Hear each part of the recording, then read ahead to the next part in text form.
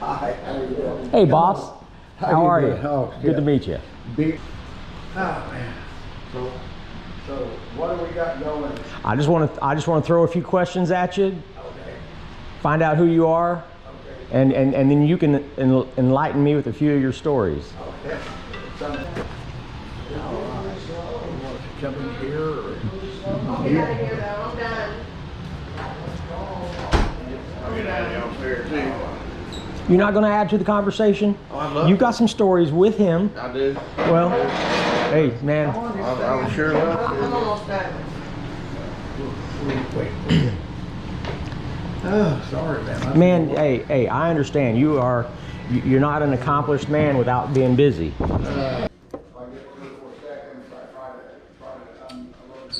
Some of this stuff right there.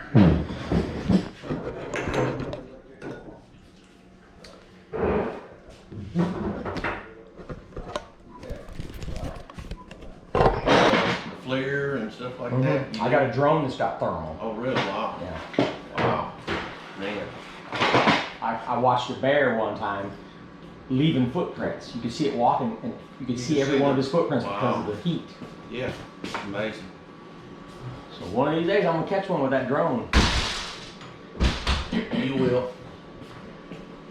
Well, I've watched a few things on the internet lately that sit over here close enough that you're not filming. Okay, you're just. There's the film. Oh, okay. There's the film. All right. Yeah. Well, first, what brought you to this area? When did you come here? Well, I've been selling real estate over here since 2007. Did you live in the area before then? No, we lived out in western Oklahoma, out in the last county before you go into the Panhandle. No, it's way Fort west. Supply? Yeah. Do you mind? You can always say no. Can you give me your full name and your age? Oh, Chuck Clark. I'm 74. So you're an experienced gentleman. You've when you say you've seen a thing or two, you've been around the block. See a few things. Yeah, over the years. When's the first time when you were out here in this beautiful country that you even heard the name Bigfoot? Oh, I've probably been hearing it for a while, but for years, you'd hear it, and you'd hear people mention it, and the Yeti, and the abominable snowman, and all that. All right, ladies and gentlemen, I want to insert this picture here because Chuck is going to go into a story that happened when he was a boy on the Verdigris River. He lived in South Coffeyville at the time when he was about 13, 14, 15 years old. And I put a map up here so you can see where the Verdigris River is. And it actually runs into Lake Oologah. If you recall, I've done a couple of videos about a gentleman's place called Bullet Maker. And that was down there where that yellow X is on Spencer Creek off of Lake Oologah. I spent 2 years there. Lots of Bigfoot activity. Just on the north end of that lake is the Verdigris Lake that flows in there. And he has a nice story to tell while fishing on that river. So it's a small world out there. There's got to be something. There's some phenomenon. There's something that they're seeing. But I'm thinking they're misidentifying what they're seeing, possibly. Yeah. So when was the first time that you said, "My God, maybe there is a Bigfoot out here"? It goes way back. In fact, that goes way back when I was a kid. I wasn't even. I was probably 14, maybe 13, and we used to always go with our bus driver, and we'd shoot rabbits right in the back of the pickup at night, and shoot rabbits in the headlight as they run across the road. In the 22s, I'm sure that's probably highly illegal, but everybody did it, back in the day. And there was somebody saw a big hairy man in their barn, a monster, just a big giant man in their barn, and it just absolutely scared the crap out of them and scared their cattle and scared everything. Was this out in western It was Oklahoma? out in western Oklahoma, yeah. Well, I take that back. That was by South Coffeyville, Oklahoma, Coffeyville, Kansas, just across the line. Now listen, Yeah. I researched for 2 years at Lake Oolaga Oh, really? on Okay. Spencer Creek. I would drive through Coffeyville every time I'd go down there through Nowata. Yeah, where are you from? I'm from just outside of Kansas City. Oh, okay. So I spent 2 years on Lake Oolaga, talked to some people around there. That's some good area. Well, the Vertigus River, goes through there, and I got another story about that. But people were seeing this hairy man. Several people inside him seen him, and of course everybody's out driving up and down all the roads at night, and they got the rifles. They're gonna, see him. They're gonna shoot him and everything. It was a big craze. Where a bus driver comes by the house, because we'd been, he'd drive. His wasn't but a few years older than we were, but he'd drive his pickup and we'd shoot, rabbits off over the hood. And he wanted us to go with him, and he had his brother with him, and a couple other guys. You guys want to go with us? Look for that monster? And boy, Dad said, "Oh hell no! You guys aren't going out there. The only monster out there is some asshole's going to accidentally shoot you. There ain't no monster out there. But I always wondered, because there were several sightings. It was pretty credible, and I always wondered. So that's kind of the first time I heard about anything. And I didn't put a lot of credence on it, and didn't really realize what had happened. We're down there in Nowata County on the Vertigus River, and I'm like 14, and my little brother's about 12, and my buddy is about 14.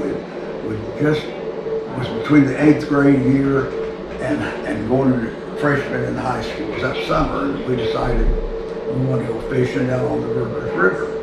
So we go down on the river, and we fished, and got some fish and fried them and ate them out there on a gravel bar in the river. And we decided, we kept spying this boat over there, so we borrowed the boat. And it was just a little John boat somebody had down there on the river. We coast down the river, and it was by this time probably 10, 11 o'clock at night. Big, giant full moon, and the river's, in that particular area is probably, good 50 foot wide, and deep. And so we're coasting down the river, just kind of floating down the river and going south and down the river, and big trees shrouded up over the side. All you could see was just the center. It's just pitch dark. You can't see nothing back in on either side. And we're just going on there pretty soon. Oh, boom, man, but it sounded like somebody threw a big old rock in. And it hit, we looked, and we saw the water splashing up, and kind of a hole where whatever it was they threw was going down, just, you look that quick and you see that where the rock had hit. Water splashing and made a big noise. And we're sitting there thinking, wow, somebody threw a rock at it. About that time, here comes another one. And we're talking rocks that had to weigh 100 pounds, big rocks. We're out there in the center. These rocks are coming from 25, 30 foot away, back there in the dark, under the trees where we can't see. And this rock hit beside the boat, about 3 foot from the boat. We saw it was a rock, about wrapped our britches. Who's throwing rocks at us? We didn't think what, we thought who, at that age, I guess we wasn't smart enough to figure out that there's not too many people can throw a 100-foot rock, 30 or 40 foot, and the banks weren't high either there. They were, maybe 10 foot up above where we were. So it's not like he was using gravity. So he wasn't just throwing one off the edge and letting it fall down, whatever it was throwing them out there. And man, we're getting like, what the crap? And I'm scrambling around trying to grab the oars, and everybody's like, what threw that rock? Who threw that rock? About at that time, another one hit. Right there by. I wheeled that boat around, and man, I mean, I had that thing skipping along on its ass end like it was motorized. Man, I'm rowing as hard as I can against the current. And I think it was about 2 or 3 o'clock we got back up where we started. But that was probably the first actual incident that I had, and never really realized what it was. We told Dad, somebody threw rocks at us down there. Somebody threw rocks at us. Oh, nobody threw any rocks at you guys. You just got into a bunch of beaver and they were hitting their tail. No, it was moonlit. I mean, it was light, And you saw the rock. And we saw 2 of them. We didn't see the first one. We saw 2 of the rocks, so it wasn't, it wasn't beaver. But Dad always said it was beaver, and I never realized what it was until, a few years ago. I was reading about them throwing rocks at some Indian guy in a canoe or something. You might have seen that on the internet, And I'm like, oh yeah, that's probably what that was. And especially, it hadn't been even a year probably or so when that hairy man incident, had been going on. I think they call it the No-Wada Chicken Man, or the No-Wada. Yeah, because I think they did see him in a chicken house. You come to think of it. But I remember that really well. So that was that's probably the first time. And then, you get on with life and you hear about Timber Hill, some guy out there by Tyro. I think it's Tyro, out by Tyro, west of Coffeyville. There's a big old wooded hill everybody called Timber Hill, big hill out there. And old boy had a bunch of cattle out there, and his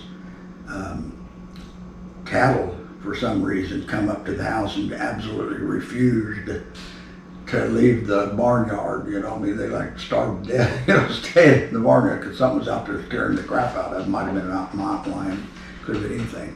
Scared his dogs so bad that they wouldn't, they'd stay under the porch, And there'd been reports of a big hairy monster guy, a man or whatever out there on Timber Hill. That's over, like say, west of Coffeyville. You might have heard about that one too, I don't know. I read a lot. Yeah.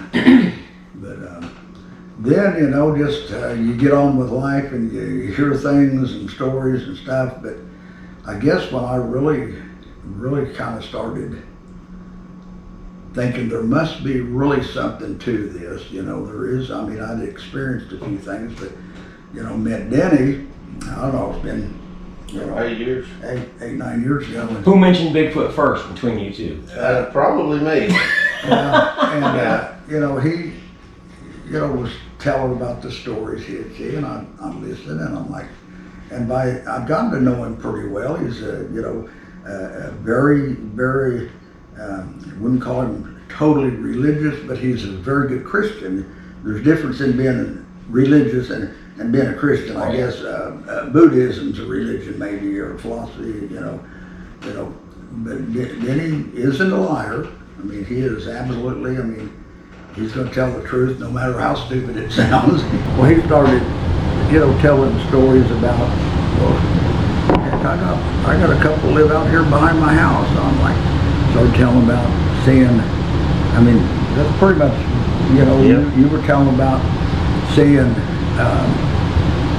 them out there, and he even showed me a picture of a cedar tree out there by his house, and he said, see that one right there, that big black one? And man, you can see this outline of looks like a giant, big, hairy man, and can't see a whole lot, but you can see through the trees. And then over here beside it's a shorter red one, real pretty, almost maroon looking red.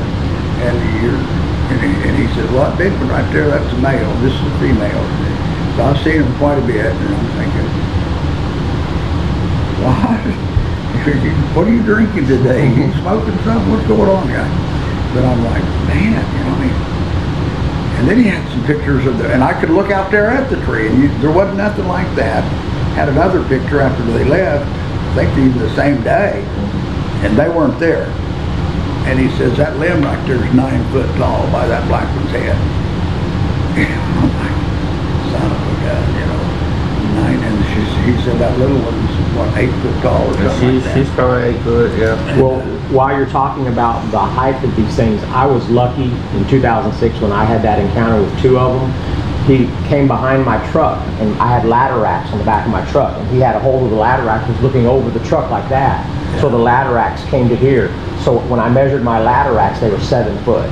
So he was this much taller than my ladder racks. He's 8 foot. He was 8.5, 9 foot tall. Well, I got a story on one that I think was 12.5, 13 foot tall. You know, run across the road in front of me about 10:30 one night over Lake Sardis.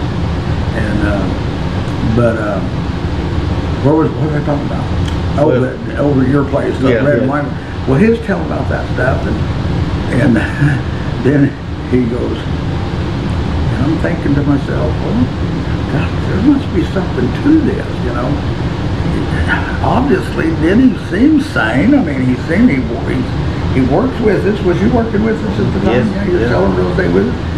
He's sane and he's honest, you know. What would he gain by making me think he's crazy? You know, he's obviously not lying. He thinks he's saying something. So he listed the property behind him. He was getting ready to list it. This was probably later down the line, you know. I don't know how long, but it was later. And he says, I want to go out there and look at that. I want you to go with me to see what you think this place might be worth, you know, because 2 heads is always better than 1. We do that.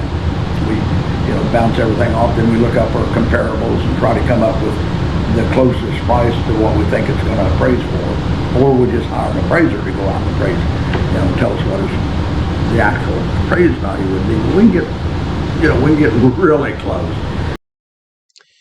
At this point, I want to throw this map in here that shows the location of this story that he's about to tell.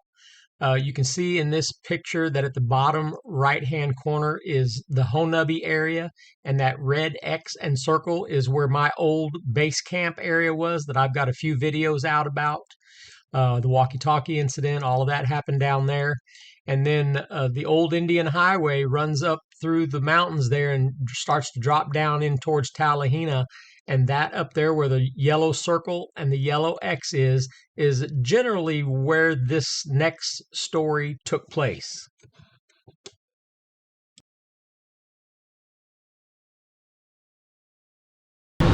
Just going out ourselves. We've done it so much. We know what we're doing. Well, anyway, we go. I want you to go with me and give me an idea. And so, like, okay, took my 4-wheeler over and we took off out there, and just a little ways behind out there, Denny's got a pond. Well, it's not on your place, is it? It's just over. It's right at the back corner of his place. It's just over the line, barely on these other people. You know, that when we were selling this. 400 or 500 It was at that time it was 520 acres at that time. Yeah. And so we go start back down there, and Denny says, "Why don't you go down to the pond? Let me see if we can get any tracks lined up." Here comes Bigfoot again. You know, he wants to go look at tracks. You know, I don't have time to be wasting. I need to look at this. I got things to do. And again, here's another picture about the story that's being told. There's Denny's property, or where he lives, in the yellow circled area, but all of that property behind his house is his land, and that pond where the arrow is pointing, that's the pond that they're talking about in this story. I'll humor him. Think to myself, okay, I'll humor him. Let's go down there and look for tracks. So we go down there, and I'm not much interested, you know. I'm just kind of, you know, letting him do his thing, you know. And he walked all around and didn't find any tracks. So, don't see any tracks down. Like, oh, really? Figure that, no tracks. I wonder why, you know. You know, looking for something that probably doesn't even exist. He's looking for tracks. But he said it, you know, he had found tracks before and stuff. So, and I'm thinking, well, he probably saw some. But anyway, I wasn't into the Bigfoot thing, you know. And so we pull out of there, go out from the pond, and we had to turn. You know, the road was just straight like this. We went down to the pond, and then we turned back to go on down into the place because we're barely on the edge of the property. Well, some, but anyway, I wasn't into the Bigfoot thing, you know.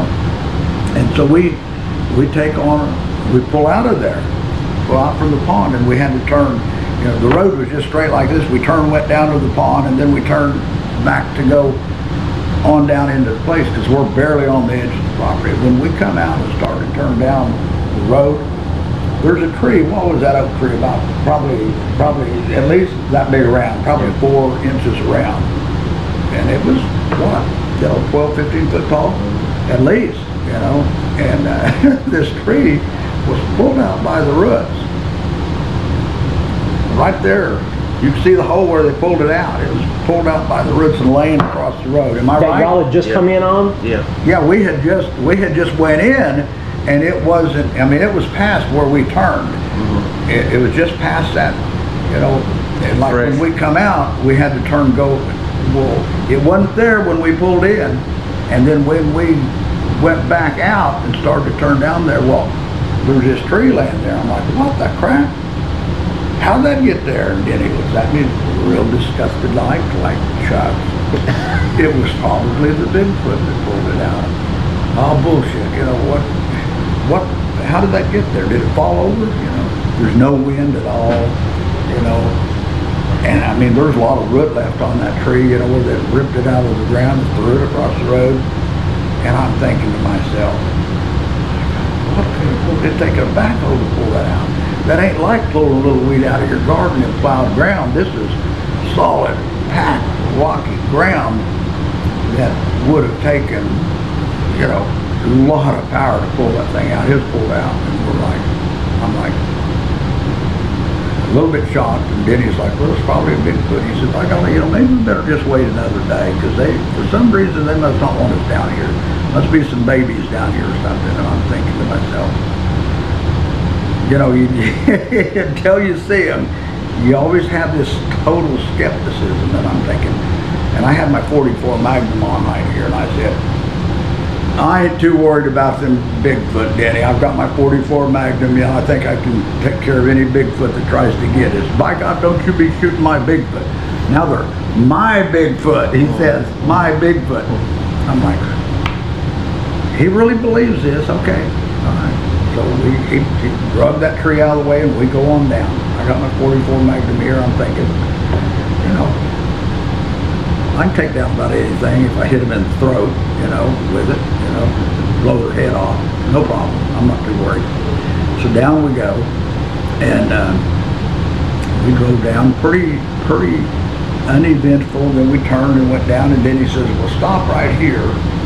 The creek is over here a ways. I want to get some pictures of the creek. We were taking pictures too because we were going to list it. We were just trying to get an idea how much to list it for and get some good pictures.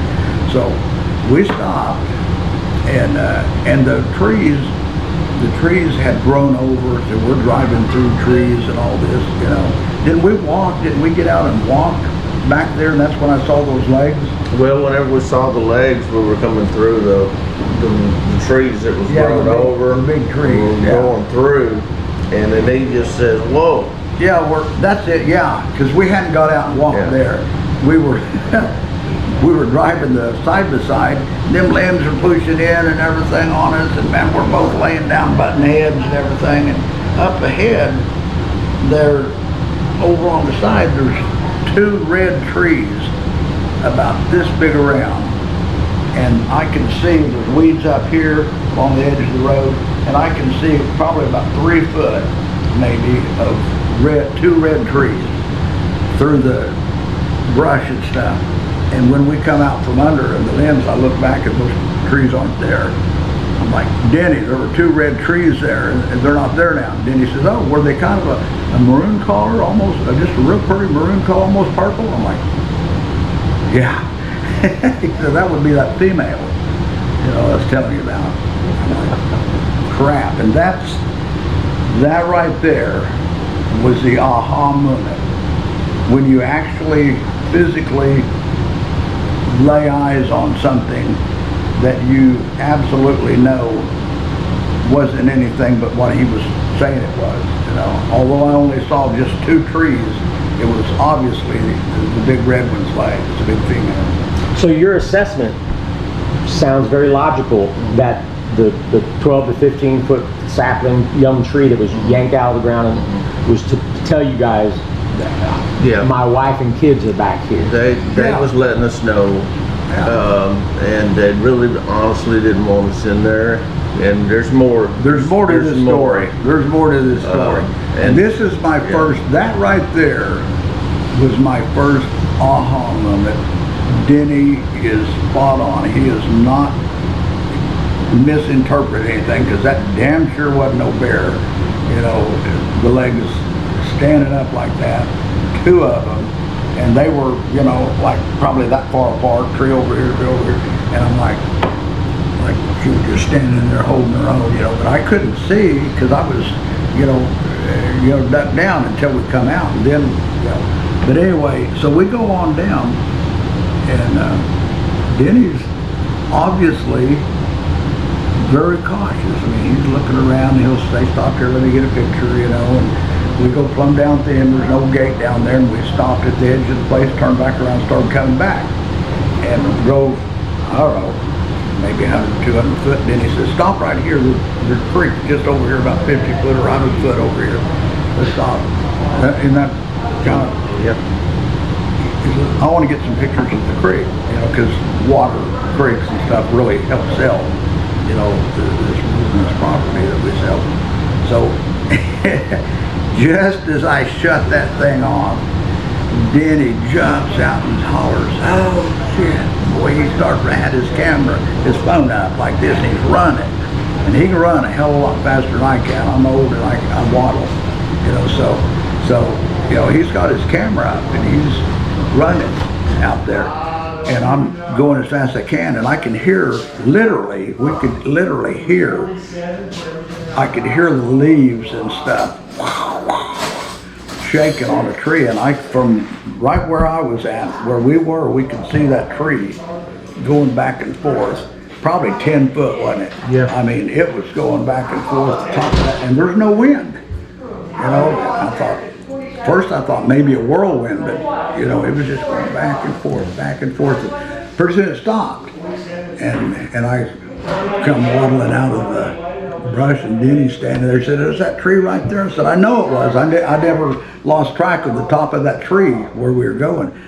And he said, "Must have been that big one standing there shaking it, you know, I mean, you know, if you're 9 foot tall and you've got, you know, 4 foot arm or whatever, you know, you can shake." And this tree was what? Probably 10 inches. It was a big tree, and it was very violently shaking the tree. I mean, it was. Yeah, like And, somebody that's what- shaking a little American flag in the air. That's what. See, I'm sitting there taking pictures of the creek, and all of a sudden I hear it up there, and I turn around. When I turn around, I see it. It's just. Yeah, doing it. Yeah. And I'm hollering at Chuck because it's right back behind him. I mean, we're talking maybe 30 or 40 feet back behind him. And so I'm trying to get up there, and I'm hollering at Chuck, and he turns around. Of course, he sees it too. And but I didn't see, you know, the actual Bigfoot shaking the tree. I just saw the top of the tree. That's all from we what I could could see see. was the tree. Yeah. So he went from tearing one out to let you guys know, and when you didn't read that sign correctly, Yeah. it got a little more aggressive. So at that point, Denny goes, "Let's get out of here. I got enough pictures. Let's get out of here." They're really agitated. You know, they've got kids down here, babies or something. We need to get out of here.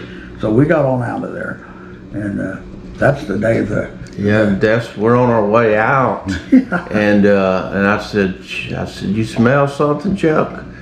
And he says, "No, I don't smell anything." And I looked back, and I said, "There's smoke." And he said, "That's okay, let's just go." And he's hauling down on it. You have to ride with him a few times to understand. And then I turned around again. I said, "We're on fire." He hollered, "Fire!" Well, my keys are in the glove box to my FJ Cruiser, and I don't know. We're totally engulfed at that time. I have all this stuff in the glove box keys, bunches of keys. Nothing needs burn up that's in there, and man, I mean, it's all engulfed, and man, we jump out and go, but the dang thing burnt to the ground right out there. That same deal right there.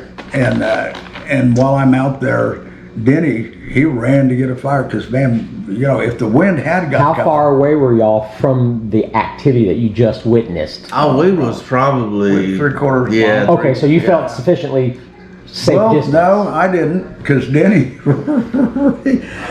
I said, I'm going to stay here. We did pull a few things out of the back. We saved a shovel and a few things. And man, I was scared to death that this fire we're going to have a major forest fire and get our ass sued and everything else.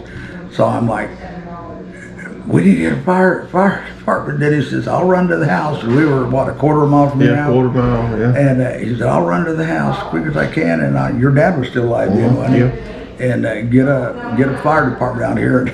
And so I stayed there and walked around and around. It kept getting a little bigger. I walked around and around. I was a fireman for years. I just kept throwing the shoveling all the fuel back in on the fire, you know, kind of cleaning it up, just, you know, throwing it back in on itself. But while I'm doing that, I've already experienced this thing pulling the tree up. I've seen that. I've seen this and shaking. I've seen the legs. Now I am 100% believer. You know, these things are real.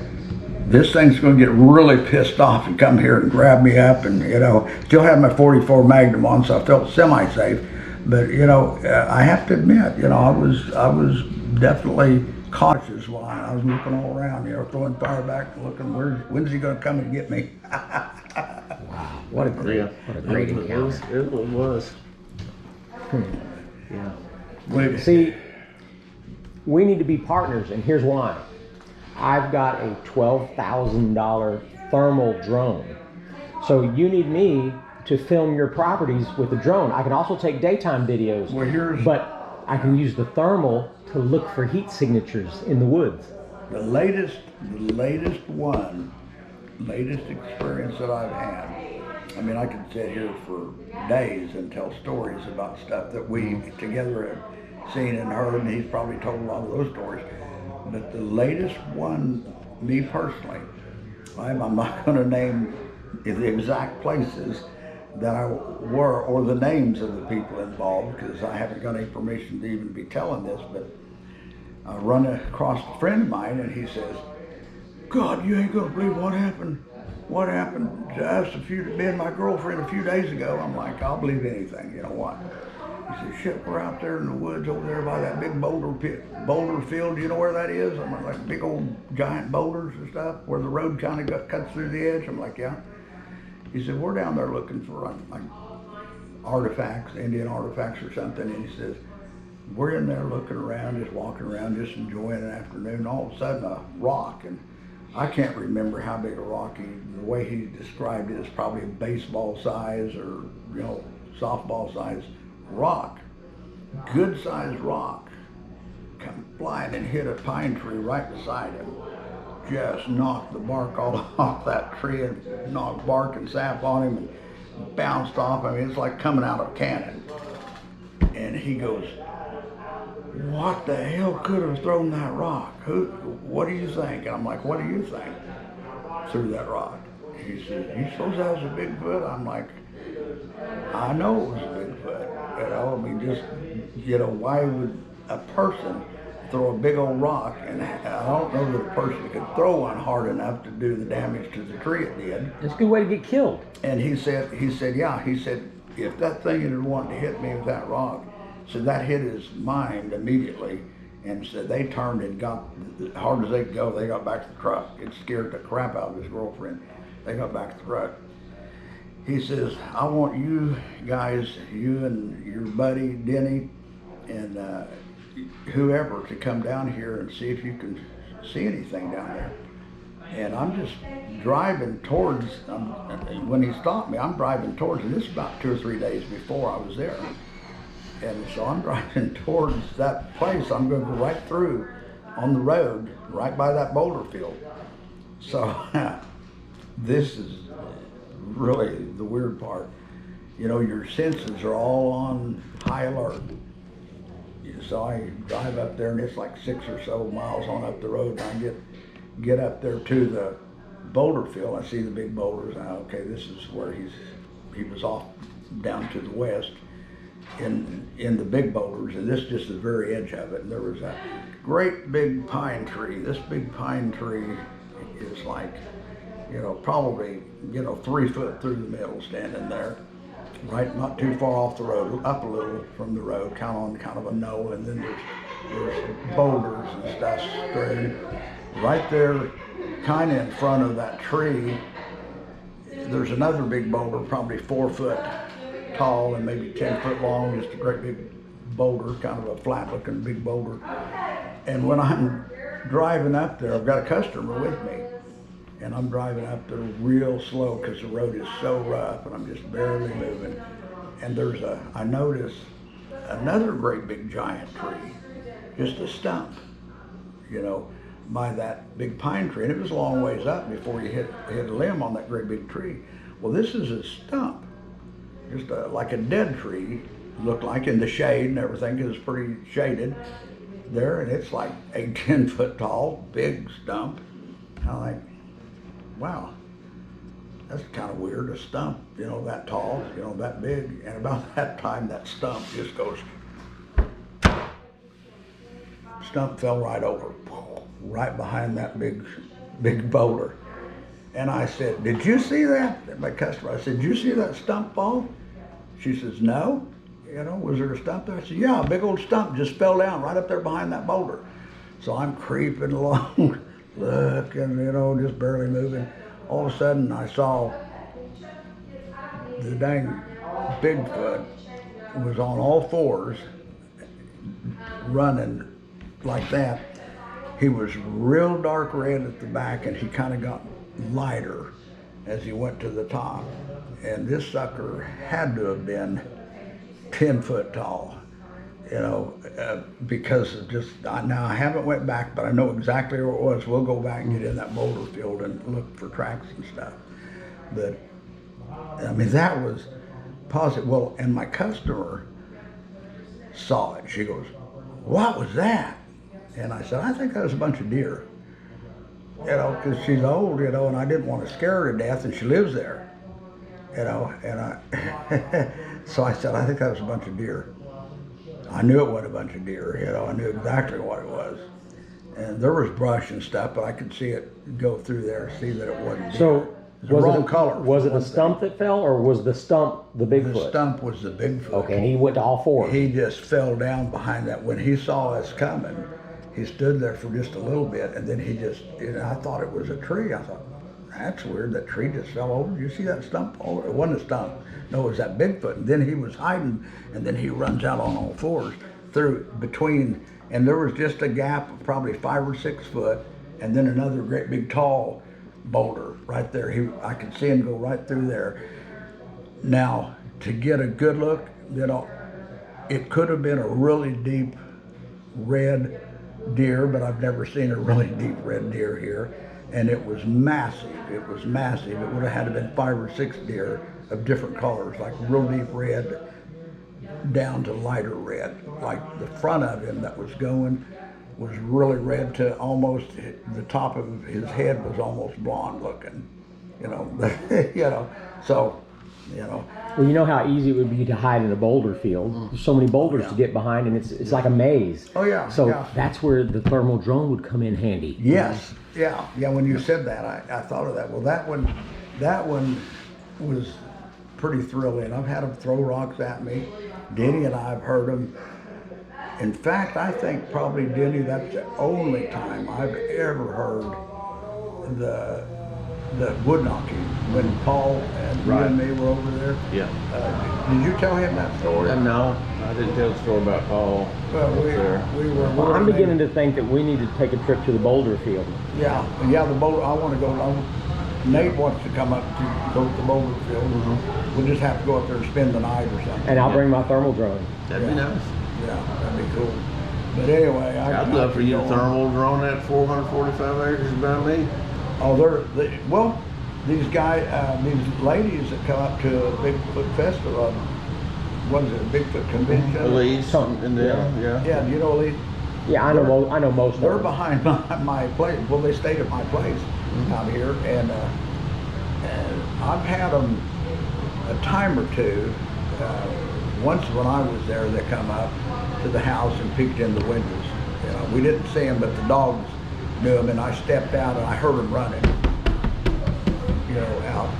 It was real dark, and I heard them running away from the house. So I know, and then Denny sees them pretty regular over there, and he's like 2 miles down the road from me. Now he's close enough to the mountain too that he can hear them. I'm far enough away I don't hear it. I'm hard to hear them too, you know. But I've never positively heard anything there. Where I'm at, I'm just far enough away, because he'll say, "Did you hear those Bigfoot up on the mountain last night?" I'm like, "No, I didn't hear a thing." But what was I talking about? Oh, they found a perfect. Just show them that Nice picture. tracks. Nice track right there at the back of my place. You know, I've got 20 acres there. And when we first moved there, like a day or two before, we had these Bigfoot come up. We'd been there about a week maybe. Didn't have any curtains up or anything. And the place had been empty for a couple of years. Then the guys worked on it for, what, 3 months at least before we moved in, rebuilding a bunch of stuff, doing some remodeling. Well, when we first moved there, we were there about a week, and one night, no curtains or anything, one night the little dog went to barking crazy, just absolutely crazy. And looking up at the top of the window, and the foundation's about 3 foot tall, and he's looking up at the top of the window that's about 6 foot tall, and he's looking up here at the top, barking, just crazy barking, and just bouncing off the patio glass door, you know, between the kitchen and the sun porch, screaming. And so I jump up and run back there, and I'm like, "What's he looking up at the top?" You know, I thought, "Oh, the cats must be on the screen." Then it hit me, there's no screen up there on the top. The screens are only on the bottom. They're not double hung. Just got a screen on the bottom, because they'd put all new windows in and everything. I opened the door. I'm standing there in my underwear, and I step out, and it's pitch dark. I mean, it didn't turn the yard light on or nothing. We had no outside lights of any kind on.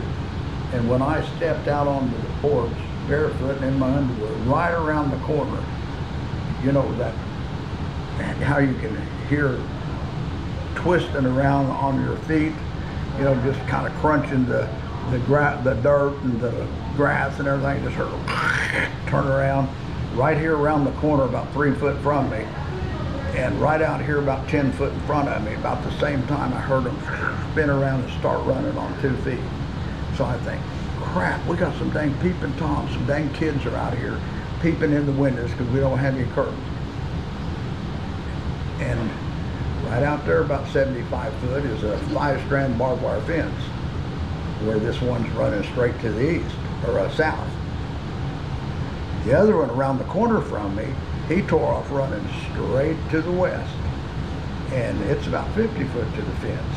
So they start running, and I instantly think, aha, these kids are going to be screaming for bloody murder, because they can't see any better in this pitch darkness than I can. They're going to hit that fence. They didn't hit that fence. They never missed a step. And I listened for them to hit the fence, and I'm like, man, they didn't hit the fence. You know, man, they're way out in the pasture now. I could hear them running, getting further away, but it wasn't real fast, like it was. So they were taking big 5-foot steps, you know, and moving away quickly, but they were, it was quick. And they both jumped the fence. And they both, I don't think they jumped it. They just stepped over. I think they just stepped over and hardly missed a beat, you know. I was still thinking, so whether I don't remember missing a beat, or if they didn't miss a beat, but as I remember in my mind, they didn't miss a beat. You know, they just stepped over that dang fence. And those barbed wire fences were like dang near 4 foot tall, you know, probably 3.5, you know, right back there. They stepped right over it, kept on going. You hear them all that one until he kind of got out of, and he was headed right for that pond where they saw the prints here a few weeks ago, like a month ago. And the very next day, he calls me and tells me that. Well, I had pretty much the same experience that night. Oh, that was, you're myself. talking about the night when we first moved in, when I saw him? Yeah. And I'm standing on the porch on the phone with him. When we're sitting there talking about it on the phone, And he's telling me his experience, and I'm telling him, well, something came and looked in my window last night too. And all at the same time, I'm sitting there talking to him, big black one goes across the road. And I holler at him, I said, I just screamed, and he went right across the road. I saw him full, and he's the big black male. And he went right across the road while I'm talking to him on the phone. Wow. Crazy. Yeah. And your residences are how far apart? Oh, what? 2 miles? No, yeah, maybe 2 miles. Just Mile and a half. a quick walk for them. Yeah, and so And I then- take off down there with my camera because I had my little dog Stormy with me, and we take off, and we get on down past the gate where I saw him come across. He came across at the gate. I'd have to show you, where the gate's at. But he came across, and I got down there. I said, well, yeah, I'm gonna get him on camera. I'm gonna finally get him on camera. So I'm going down there. I got my camera out. Didn't get him on camera, but I did hear something get into a bunch of turkeys down there. And the dog took off and went back home. Well, I tell you what, gentlemen, we're already almost an hour in on this. I mean, and I have a feeling we could easily go 2 or 3 hours. I have 6 or 8. So here's what I propose. I'm gonna camp here where I'm at out there for a few more days, couple more days, whatever. What do you say? Friday I come spend a whole day and a night with you, and we do whatever you want to do. We'll go wherever you want. I'll take all my equipment, the drone. I'll hit all the places that you want to hit at nighttime, and we'll send the drone up and look around for heat. Is that shut off? It is not shut off. Okay, when you shut it off, I'll tell Denny where that is. Okay. Well, anyways, so I'm hoping to work out a deal with these guys where they just let me come hang out with them for an overnighter, and maybe we can go to the boulder field, maybe, and they're going to see this equipment, and that's how we're going to catch them.